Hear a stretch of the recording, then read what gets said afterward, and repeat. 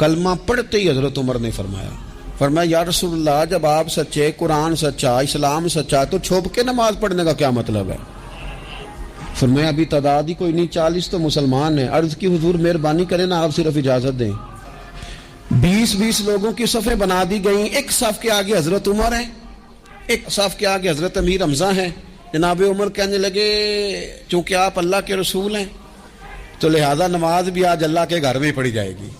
तो हजरत उमर बैतुल्लाह शरीफ के बीच खड़े होकर नारा लगाते हैं, फरमाते हैं मैं उमर हूं, तुम मुझे भी जानते हो, मेरे बाप को भी जानते हो, तुम मेरा कबीला भी जानते हो, मैंने पढ़ लिया है महबूब का कलमा। अब जिसने बच्चे यतीम कराने हो और अपनी बीवी बेवा करानी हो वो आए और मुझे रोके। ये महबूब अल्लाह के हैं और घर भी अल्लाह का है, तो नमाज भी आज अल्लाह के घर में पढ़ी जाएगी।